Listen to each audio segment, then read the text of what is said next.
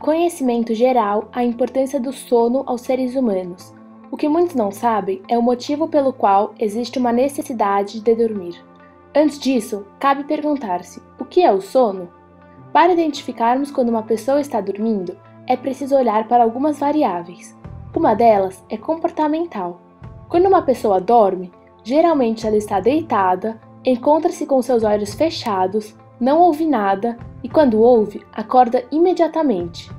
Além disso, ao dormir, a pessoa respira lentamente e em um padrão rítmico, e seus músculos ficam completamente relaxados. Em outras palavras, uma pessoa que dorme fica inconsciente para a maior parte das coisas que acontecem no ambiente. Além desta variável comportamental, quando uma pessoa dorme, nota-se alterações no cérebro. Há uma sincronização das ondas cerebrais. Nessa ocasião, o cérebro não para de funcionar. O que acontece é que ele passa a exercer a sua função de modo diferente. Essa alteração na atuação cerebral é notada a partir de um exame, o eletroencefalograma, o qual mede as ondas cerebrais. Uma pessoa acordada e relaxada gera ondas alfa, que são oscilações consistentes de cerca de 10 ciclos por segundo. Uma pessoa alerta gera ondas beta, que são 2 vezes mais rápidas. Durante o sono, 2 padrões mais lentos, chamados ondas θ e ondas delta, também acontecem. As oscilações das ondas θ vão de 3,5 a 7 ciclos por segundo, e as ondas delta oscilam a menos de 3,5 ciclos por segundo. Quando uma pessoa adormece e entra em sono profundo, os padrões das ondas cerebrais ficam mais lentos, sendo possível identificar que a mesma está dormindo. Quanto mais lentos os padrões das ondas, mais profundo é o sono. Sendo assim, é mais difícil acordar uma pessoa que está na fase delta. Basicamente, podemos dividir o sono em 2 fases: a fase REM, na qual ocorrem os movimentos rápidos dos olhos, e a fase NREM, marcada pela ausência desses movimentos. O estado NREM corresponde a 75% do período do sono, sendo dividido em 4 estágios. Estágio 1 é a fase de sonolência, onde o indivíduo começa a sentir as primeiras sensações do sono. Nessa fase, a pessoa pode ser facilmente despertada. Estágio 2. No estágio 2, a atividade cardíaca é reduzida, relaxam-se os músculos e a temperatura do corpo cai. É bem mais difícil de despertar o indivíduo. Estágio 3. Muito semelhante com o estágio 4, diferencia-se apenas em relação ao nível de profundidade do sono, que é um pouco menor. Estágio 4. Dura cerca de 40 minutos. É a fase onde o sono é muito profundo.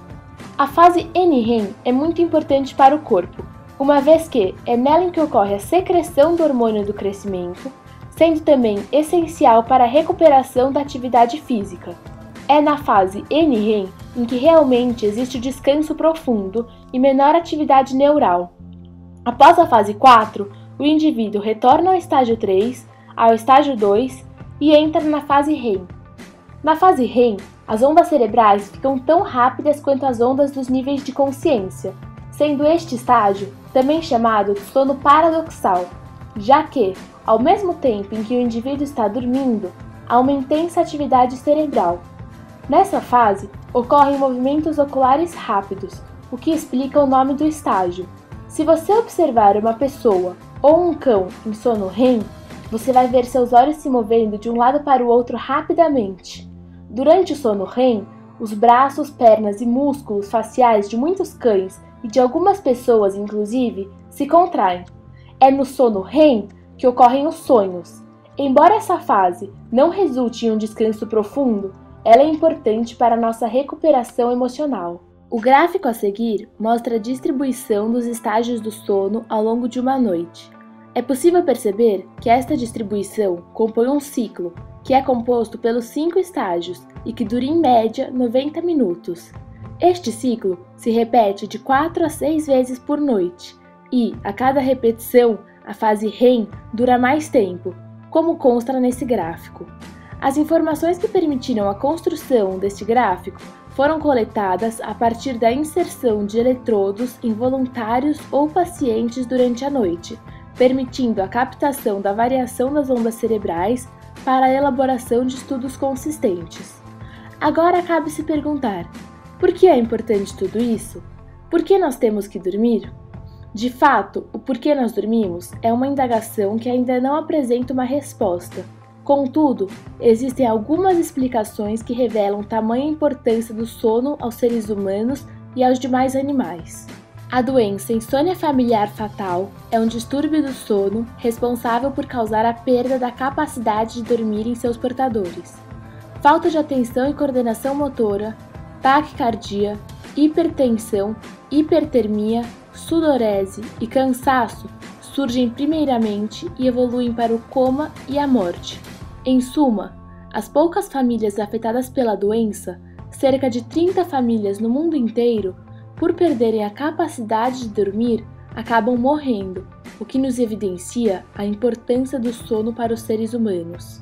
Em estudo realizado pela Universidade de Chicago, 11 rapazes saudáveis, com idades entre 18 e 27 anos, foram proibidos de dormir mais de 4 horas por noite durante 6 dias. Ao final do teste, seus metabolismos eram comparáveis aos de pessoas com mais de 60 anos. O nível de insulina no sangue caiu para níveis de portadores de diabetes, e a concentração de cortisol, hormônio secretado em situações de estresse, manteve-se em níveis elevados, como acontece em idosos.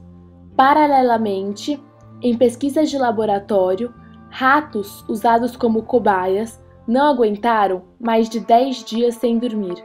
A consequência, morte por infecção generalizada.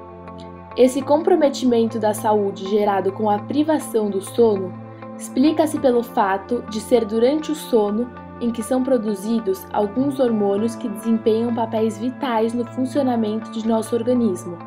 Por exemplo, o pico de produção do hormônio do crescimento, também conhecido como GH, ocorre durante a primeira fase do sono profundo, aproximadamente meia hora após uma pessoa dormir.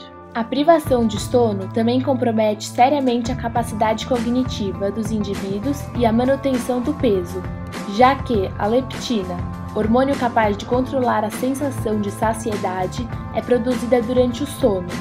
Logo, pessoas privadas de dormir produzem menores quantidades de leptina, fazendo com que o corpo sinta a necessidade de ingerir maiores quantidades de alimento. A relação entre a privação do sono e o ganho de peso é evidente a partir da análise destes gráficos, frutos de um estudo norte-americano realizado entre os anos de 1960 e 2000. Neste período, os gráficos nos mostram que o sobrepeso aumentou vertiginosamente, ao mesmo tempo em que a duração do sono diminuiu, evidenciando a correlação entre estes dois fatores. Outro aspecto associado ao sono que não é do conhecimento de várias pessoas é quanto às alterações que o sono sofre ao longo da vida. No actograma apresentado, verticalmente destacam-se as diferentes idades, horizontalmente as horas do dia, e os riscos pretos representam os momentos em que a pessoa passa acordada. Um bebê dorme segundo um padrão polifásico, ou seja, o período de sono se dá em momentos mais curtos e espaçados ao longo do dia e da noite. Ao longo do desenvolvimento, o sono passa a seguir um ritmo mais marcado, constituindo um padrão monofásico, no qual os humanos passam a dormir principalmente durante a noite. A partir dos 66 anos, porém, o sono volta a se comportar segundo um padrão polifásico. Além das alterações do sono entre as diferentes idades, há uma diferença do sono entre os diferentes animais. Recentemente, pesquisadores da Universidade da Califórnia em Los Angeles e da Universidade de Toronto concluíram que as focas conseguem dormir na água com a metade esquerda de seu cérebro adormecida, enquanto o lado direito permanece acordado, o que garante que o animal retorne constantemente à superfície da água para respirar e não morrer afogado. Contudo, as focas dormem dessa forma exclusivamente quando estão na água, já que dormem como seres humanos quando estão em terra, o que, além de muito curioso, representa uma expressiva vantagem do ponto de vista evolutivo.